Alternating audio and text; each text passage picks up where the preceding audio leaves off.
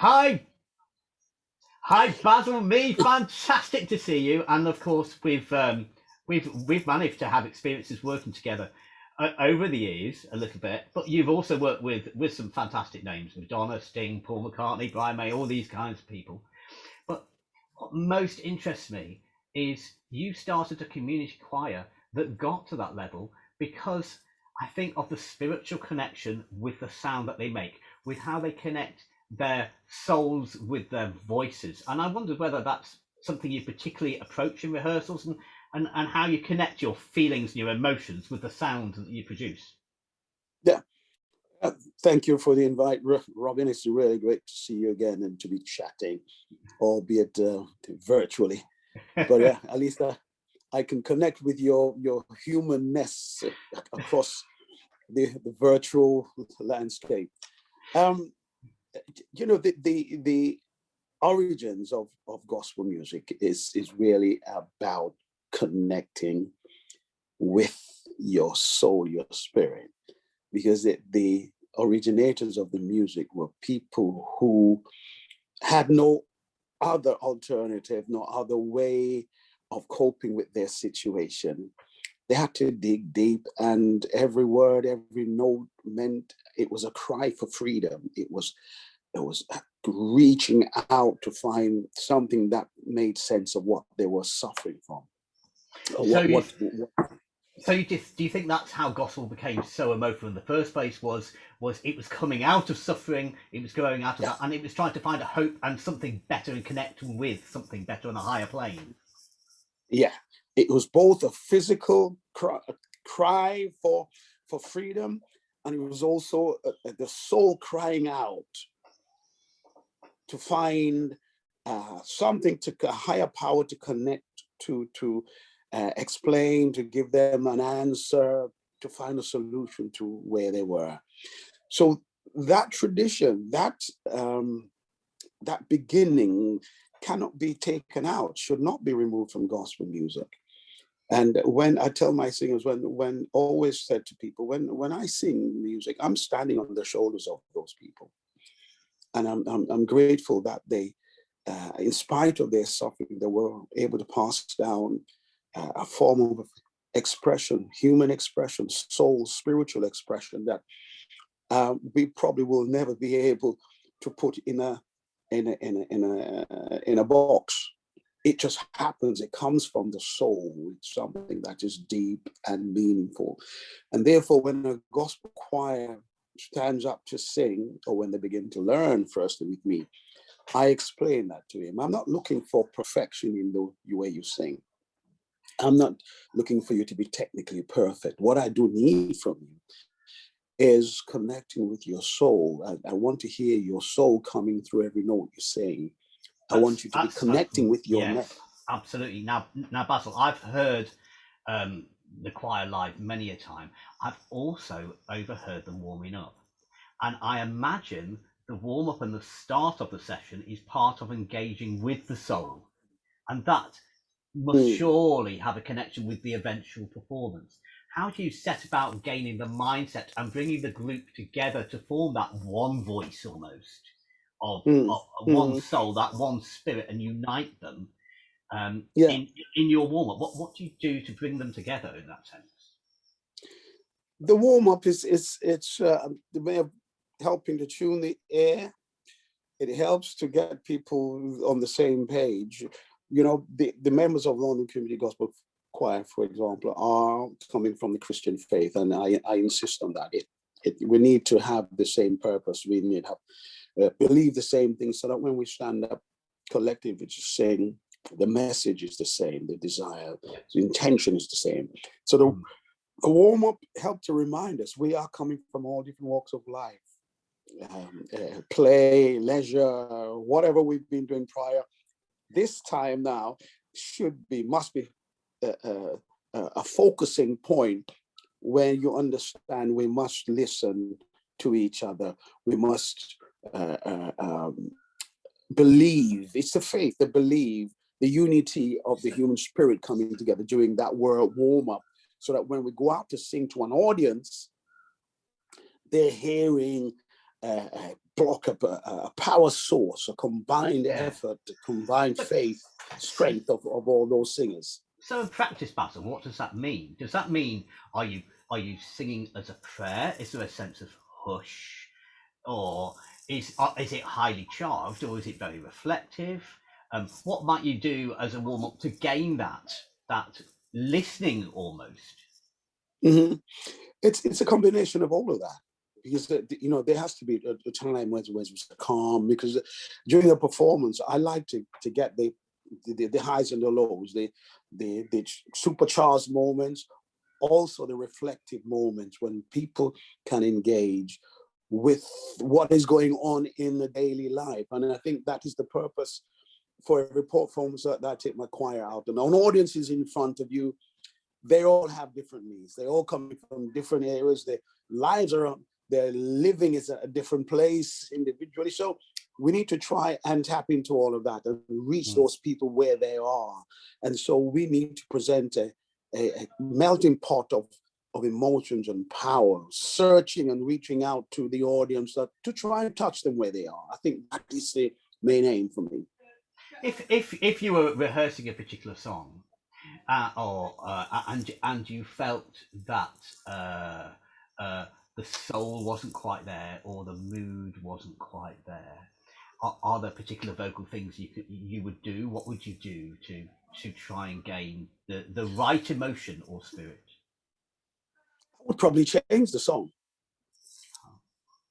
I would probably change the song. If I find it just seemed that the group are not connecting on this particular piece, I would change it. Maybe it's not the song that we should be doing at that moment. Mm-hmm. I'm very sensitive to all of that. And even in a concert, and my choir knows me well for this, sometimes we have a set list, which I always tend to break. And they say, okay, we put a set list together, but we know you will change it at some point. I say, yes, if we've got a program and it doesn't seem to be reaching the audience, I'm not hearing that unified, that warm sound, that spiritual sound coming from the choir. It suggests that we are not working in the same zone, and the reaction from the audience doesn't seem to be right. So I change it and throw in a piece that seems that would have dropped into my spirit, and say, we're going to be singing this instead. 99% of the time, I find that works. Okay. I've never felt it worthwhile laboring a piece just because you've rehearsed the hell out of it, last rehearsal. Yeah. If it doesn't seem to fit on the day that you're going to be using it, go back to something that you know very well, that you've rehearsed, you haven't sung it for a while, but you know it well. And I find at times there's an atmosphere that shifts within the group firstly. And when they begin to feel that collectively, the audience will know and they will respond. That happens all the time. Sure. So tell me about rehearsal, Basil. So you've just said you will rehearse, a song until you feel that it is really of the quality that you want to share with others. What does rehearsal mean? I'm sure for you, it probably doesn't just mean repetition. How do you get that higher standard rather than just repeating something again and again till you know it better? How do you get it beyond just repetition? I find with choirs, they're groups of people. There are times there's a particular song that you might rehearse, and they will get it first out. The first time they've learned all their parts and the dynamics that you want in it, and they'll sing it and perform it well. And you come to that same song at another time, and you wonder if it's the same group of people you taught the song to. And they just doesn't seem to get it. The song doesn't seem to work on that time, on that particular occasion. I think songs are, because they're tools that can both help the group and the audience that you're presenting those songs to. But there might be an occasion when that song just doesn't seem to probably connect with the choir, first of all, where they are. Mm. And we're talking about, it could be 20 or 30, 15, 20 or 30 individuals who know each other well, But what I always keep in mind is that they all, when we come together as a body, they're all coming with their different life experiences into that rehearsal. And some might feel, oh, I'm here, but just because I know I'm meant to be here, but my spirit is not here, my heart is not here. It's not that they are not good choir members, but it just so happens that maybe what they've been going through for that day or that week has rendered them distracted. And that happens occasionally. So, you know, I try to feel the group out with the songs. And as much as we have a program that we've got to be learning. The song that we might have rehearsed quite a lot, and they're familiar technically with it, but there is still the connection that is required to present the song, to sing it in its best form. It's just not there. And I would abandon that. I would leave that song and say, well, okay, let us leave that and move on to something different. I think though you must be one of the most stunning choral coaches, because London Community Gospel Choir has a sound that when you hear something on the radio and you've missed it being introduced, you know it's them.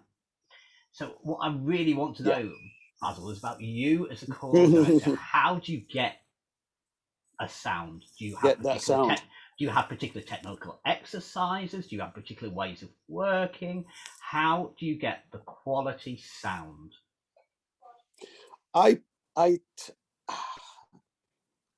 meticulous in vowels. Okay. Or I try to be. Okay. Because I recognize that my singers are all from different backgrounds. We've got right now, for example, people from the Congo, Zimbabwe, Nigeria, Ghana, Jamaica, Montserrat, United Kingdom, could be at any given time, Sweden, Norway, France. So all the accents are different. Okay. And as much as we speak English, as you know, you move from north of England down, the dialect changes. Yeah. And so when they come to sing, you can't have all that happening. You've got chaos. So what I do is give them my version of the vowels that I want to hear. Yes. Okay. And that's where I spend a lot of time running over the vowel shapes that I want, the A's, the O's, the E's, and how they should finish their lines, how they should approach starting their lines. And so when I want a swell, the terminologies that I use, you won't find in the technical books, but my choir will know exactly what I mean. Yes. So you want it to grow, you want it to swell, you want it to change in tone. Tell me about beginnings of phrases, ends of phrases. Do you talk about glottals? Do you talk about hard beginnings to notes and soft beginnings to notes? What is it you're looking for? Yeah, depending on the song.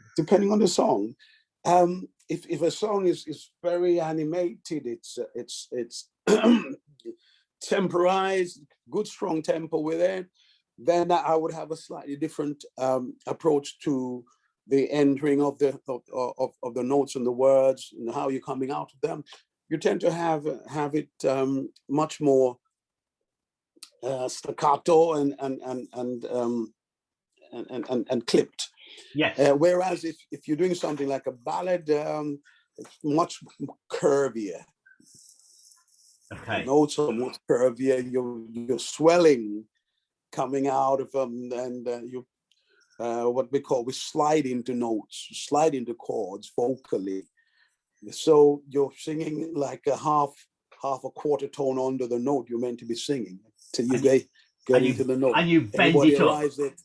Yeah. Bend it up, absolutely. Yeah. Got some bend it up. That's right. A bit like a blues bend or blues squeeze. Yeah. Yeah. So these are just things I've developed. I haven't taken this from anybody, but just my own practical way of achieving things, the sounds. Yes. That's what I apply. And I mean, That's why I said the fact that I haven't been to a formal college and learned the technicalities of music and so forth. Yes. I am an artist, a singer, and a musician, and I know what I want to hear. Yes, that's great. So you're very particular in your head. Do you rehearse in your mind first? Do you get in your head exactly how you know that you want that song to go and then convey it to others? Or is it more collaborative? I try to do that. I try to do that, but a lot of it is collaborative because I need them to understand what they are doing. You know, it should not just be like robots repeating what I said. They need to understand and hear the result. Yes. Of what they do when they are following the exercises I am giving them. It's so important. And what happens when people who move on from LCGC, they go into other groups. Yes. And they at times will take what they have learned in LCGC to these other groups, with helps the other groups to improve the way they sing. Yes. So it's almost a musical outreach. Yeah, it is. It definitely is. The amount of other groups that have formed and have almost a similar sound to LCGC now. There's some of them out there, not quite perfectly there, thank God. I don't want anybody being the clone of LCGC. Yeah. But that happens. It happens. So going back to vowels, Basil, so you try and unify so everybody's vowels match. Do you also change vowels according to the mood or emotion you want to get? Or is it the same vowel for every song? Is an A always an A? Or is there a reflective A and a hallelujah, praise the Lord A? Yeah, it's different for each song because, as you know, each song has its personality and its identity. So I try to keep a song true to the lyrics and the melody. Those are the two main characters of the songs: the melody, the tune, and the lyrics. So the story that is being told is to be told in a particular way. Yeah.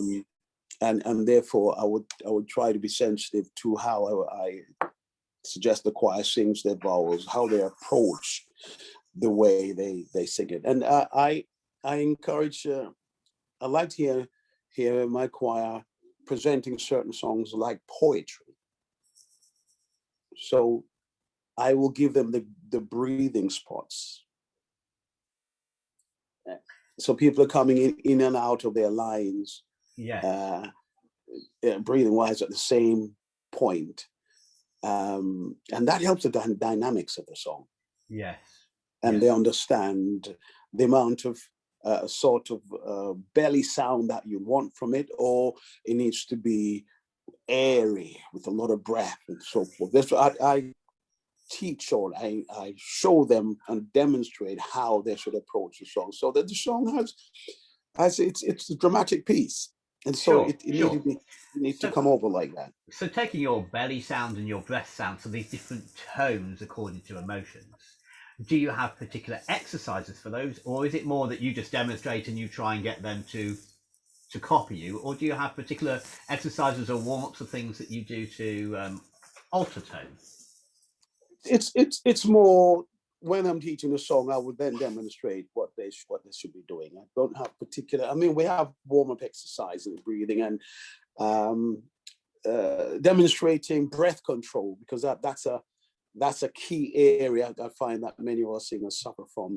In terms of their breathing, the stamina that's needed to really control. If you have long notes to sing, long lines, and they will tell you. I encourage them to breathe in sentences. Great. Do you have a particular way to help them with longer phrases, or managing their breath, shall we say? Yeah, I will sing lines depending on the song again. And I will sing the line with the lyrics, because to me, that is the key way to presenting the story of the song is singing and breathing in the sentences, almost like having your full stops as well, all the different what do you call it, English way of reading, and dropping your voice and your voice, and So as your voice learning goes up and down according to the natural stress of the language. yeah. Yeah. So it's all, and that's all coming from me. Yes. And your interpretation. Mine's, yeah. I don't go and study a book or lift a book. It's what I hear in the song. So I want the choir to learn it in this way and present it in this particular way. Basil, and I'll try to give more the detail. Taking breath a bit further, Basil. Do you talk about different types of breath for different songs as well? Because you talk about different vowels and no doubt different consonants according to whether a song is prayerful or whether it's a joyful song. What about breathing? Do you have different types of breath as well for different types of songs? There is, there is. As I said, you've got some gospel songs that are really fast, and therefore the breathing it's much more syncopated and with power. So you've got to learn how to get the lyrics out that are clear with a message that is clear, and at the same time remaining tuneful. Blend is a key. It is very difficult for some people to blend when in a song that is running at 100 miles an hour. So they have to be able to understand how to break up their breathing patterns to get the message over, get the melody and the rhythms of the piece you're singing get together. That takes quite a bit of practice. I think that's probably more difficult to sing. And remembering that we dance a lot when we're singing in gospel choirs, particularly LCGC. So you must have a good level of fitness with your breathing. Your lungs have to be. Yeah. So do you think the breath always comes from deep in the belly, so to speak, or do you think sometimes it should be a shallow breath? Sometimes do you think it should be a gentler, slower breath, or sometimes is a snatch breath okay, or just when you have to have a snatch breath? Or we use the snatch breath technique quite a lot in gospel because, like I said, the speed of some of the songs. So you have to use it, but you would have needed to have taken a good supply of air into your diaphragm and learn how to store it. And so the snatch breath is that more of a top up breath? Yes, absolutely. Yeah, I think encourage people to learn and to how to develop that particular technique. So you've always got reserves there, because you never know. Again, we can be quite predictable. People like me go in front of you when you're expecting something that's really gentle and a short, like a couple of beats. Then I'm getting you to hold it out for 8 beats instead of 2, and so you need to be prepared for that. So you were also talking about blend, which is something that your choir is absolutely famous for, because even though you can hear the gorgeous harmonies, you hear that sound, you hear that tone colour, and you can only get that tone colour when everybody's got the same concept, because that's what blend is. How do you get people to have the same blend or the same tone, or how do you train them to have one tone in one song and a different tone in another song? Or even phrase. You even, I've noticed you even have change of tone within a phrase, and quite radical change of tone sometimes. Listening to each other is key. It's something that I always drum into my singers. I have quite a husky voice, and I often say to them, well, if I'm singing solo up front, then I just let it rip, because it's that individuality that people will identify with. It didn't do Louis Armstrong any harm, did it? His husky voice. It is. So, but when you're singing with a group of people, when you're singing with 3 voices, I have to make adjustments, because I don't want my voice still being individual. I need it to sound, if it's a trio, it's 4, 5, 6, whatever number, my voice needs to sit within that group sound.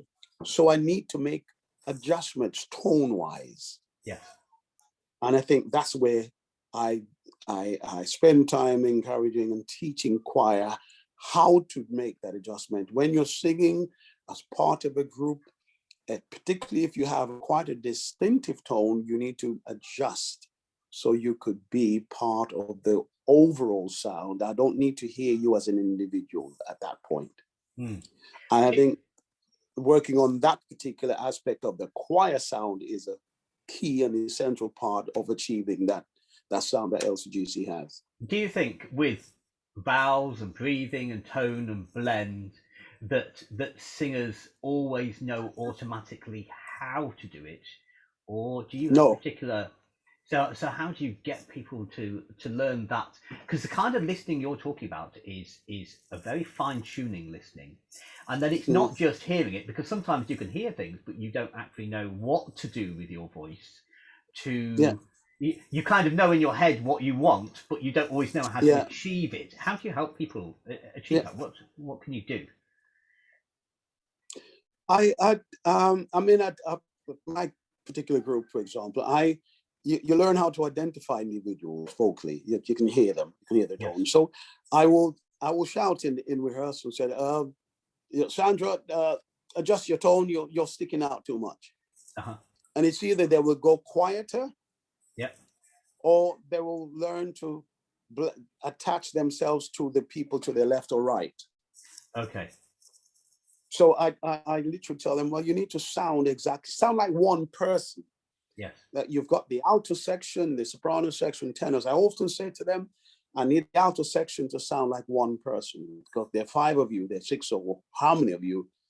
You work that out within your section. Okay. You need to sound like one person. I don't need to hear individuals at this point. If I pull you out to sing a solo, I need to hear your individuality at that point. When you go back into the team, you're like one person, just layers of it. They are as layers of the same sound. And the same thing goes for each section. Yes. So teamwork really is dream work. Absolutely. Absolutely. It has to be that way, or it's just calamity, isn't it?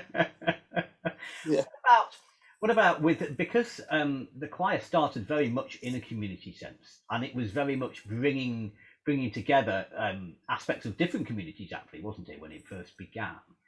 Have you found that the singing has had maybe a spiritual or even connected with physical, any kind of healing process or therapy for people? How do you find the music transmits further into people's lives, the changes it makes?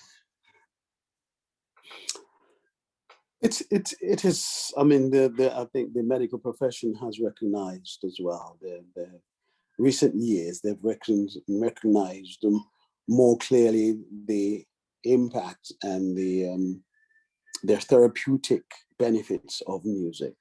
Yes. Singing in particular. Yes. It's mental health wise.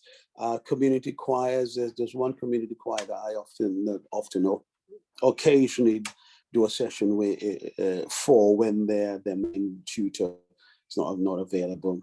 I've seen that group grow, the relationships that have come on, that have come on. These are strangers. There's about 30 of them, total strangers, but you look on and you'll see how the friendship develop, and they can't wait to get together each year. It's the highlight of some of their weeks, because they're working in jobs where it might be stressful for them. They're dealing with their people's own tribulations and trials.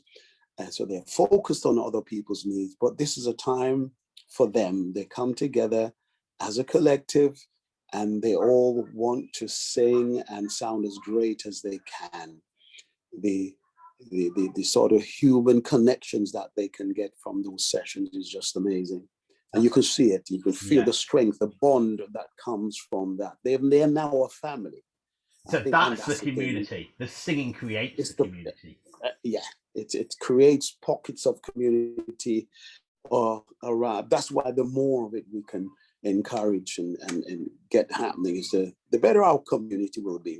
We'll benefit from it. People's mental health, I believe, has really been helped by so many ways. It's a support, a support system that we can take for granted, but I think people are recognizing now you can't just take it for granted. You got to recognize it for what it is. It is Yes. really an important part of our weekly, daily lives. And something we need now more than ever, I think, in the world.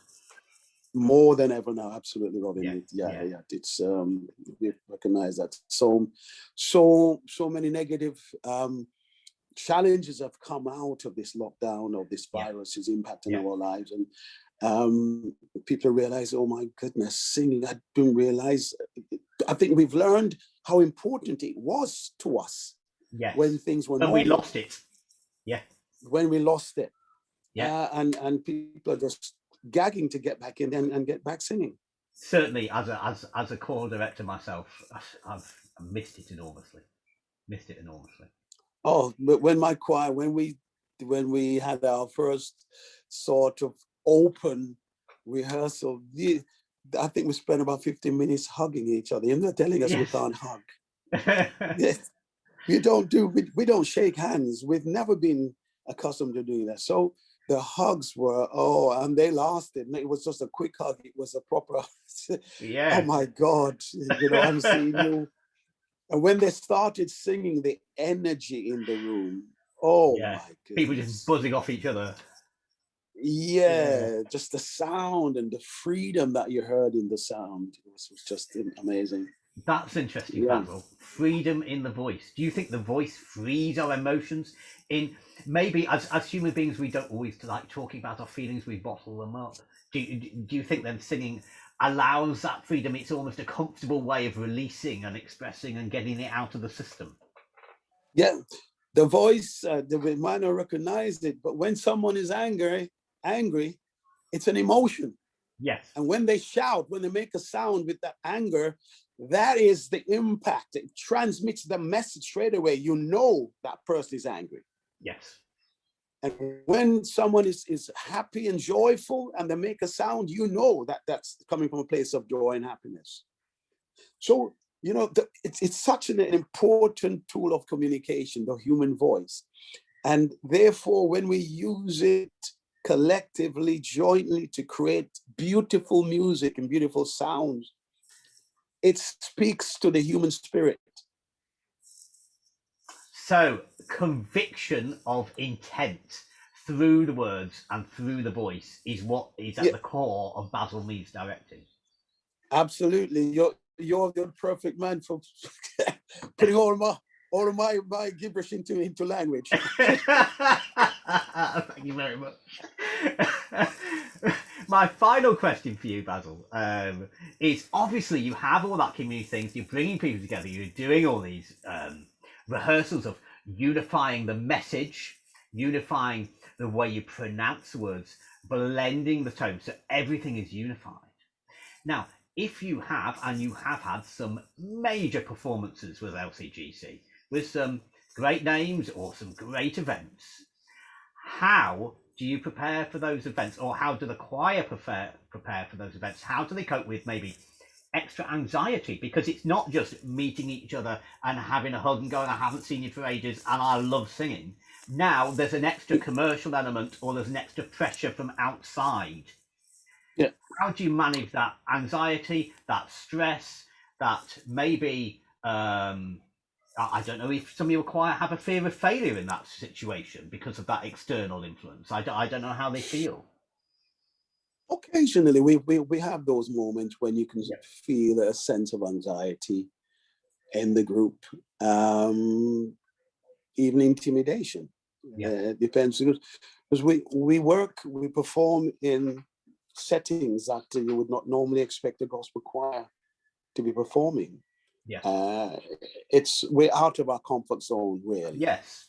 And so you could pick that up within the group. They're not as relaxed as they might be. So what we've always done is have a devotion before we walk out on stage. Okay. And that's prayer.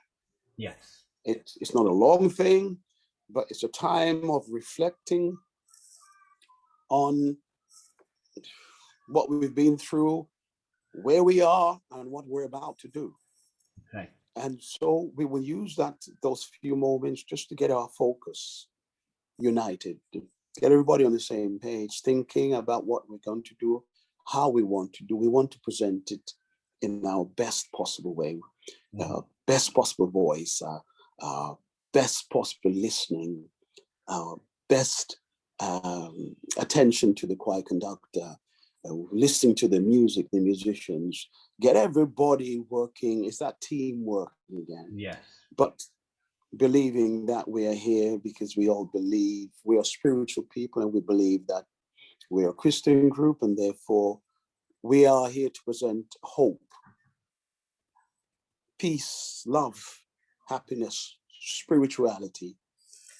And we're doing it in the name of God, the one we represent, but it's not about presenting the religious side of it, but we are tapping into that source, that calming force. So it's almost a form of Christian meditation that's focusing on core values, so that you're not focusing on your own anxiety, you're focusing on the core values that you have as a group. And the purpose, for which we are. So the intent as well. Yeah, yes. The purpose, the intent. Core values and purpose and intent. And so do you find that takes the mind away from reflecting on itself and its own nervousness? Yeah. And its own, being scared or what if? Because of course, it's more important in singing than anything, anxiety, because like you said, every emotion comes through in your voice. So if you're really anxious, your tone is not going to be your best. It's not right. No. It will affect your body language, your facial expressions. Everything will be affected by it. Yeah. And the voice, definitely, obviously, the most important tool at that moment will be affected. You won't be able to sing properly and the way you can. You can. So you've done your prayer, and you've done your focus on your core values. Are there breathing or vocal things you should be doing as well to manage that anxiety before you go on stage, or is it purely the soul that's important at that moment? We would do a little bit of singing, but nothing heavy at that moment. Again, I find that very therapeutic. Well, we will select a chorus, a song that we've been accustomed singing in our churches and in choir rehearsals. So we'll get that, and that always helps to calm things down in people's minds, and we get everybody. And again, it's just getting a sense of oneness in what we're about to do, and that song, getting our voices kind of tuned in helps, and then we'll pray. It's a series of things that we like to do. We find it has always worked. Even in the midst of doing the Madonna performance or Live Aid performance at Wembley, with going out to sing with George Michael, Queen, Sting, you name it. We had a massive green room, about 60 of my members there at that time, and we left the door open. And while we were singing our song, walked in these heavily imaged rock guys with their leather and their rings in there and their boots, and they walked in and asked if they could join and be part of it. Right. Wow. And they just came in, we opened up and linked hands with them. Yeah. And they stayed, bowed their heads, and they just prayed with us. They said, "Oh my God," at the end of it, "we have never ever thought of doing something like this. We've never thought, but this is touched." They were so moved and touched. They said, we will try and incorporate this into our performance, because this really helped us. I hope they did. It was an amazing. I've never ever forgotten that. So that encouraged us that we were in the right place. Absolutely. In terms of our preparation. Absolutely. Yeah. And do you talk about then, when you're in that preparation, where the sound is coming from? I.e., is it coming from your feet? Is it coming from your heart? Is it purely coming from a soul? Is it coming from a physical place? Is it your whole body? Is it part of your body? Yeah, the idea is to get it coming from the entire person. because when we walk out on this stage, we want every part of each member to be present there. Yeah. Yeah, and that is the power, that's the strength, that sense of that unity, that togetherness is what we send out to our audience, whatever size it is. At Wembley must have been about 80,000 people on that day, for example. Yes. You know, so we needed to go through the speakers, the sound that you've mentioned. That's the sound we want to go out there. And yes. We want it to be a sound that they will never forget. Obviously, the message of our songs, but we want them to remember this particular gospel choir's sound and the words of the songs that we shared with them. That coming from the feet, you see. I mean, I've worked with 3 tribes in Africa.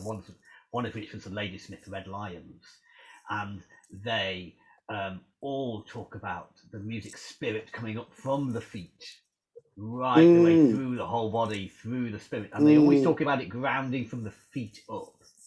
Oh wow, interesting. Yeah. Yeah. Really interesting perspective. Yeah, yeah. Well, some of those African choirs, particularly with the bass section. They resonate. They resonate. Oh, absolutely. We perform with Mama Joseph Shabalala and the guys from South Africa. Lady Smith, Black Mambazo. Yeah, well, the Red Lions I worked with are the same town. They were Ladysmith Red Lions. Black Mambazo were there at the same time as well. Yeah. Oh, we performed. We did a TV show with them one year, and it was the first time. I hadn't heard about them properly before that. Yes. But when they were sound checking, we were at the backstage, and it seemed like the bloody room was shaking when the bass section kicked in. So we rushed out on stage to see who they were. There was this slim, petite guys. We said, how the hell could that sound be coming from those? They don't have the physical presence for it. But no, it must be the feet coming up from the feet. That must be that. That's what reminded me of it. From the feet. Well, Basil, I'd like to thank you so much for your time and for some amazing insights into choral directing, connecting with the soul, blending of the tone, starting notes well, ending them together, listening and adapting. Absolutely. Thank you so much for your time, Basil. Robin, it's a pleasure. Thank you. Yep. Hope it helps you with whatever you're going to be doing. Thank you.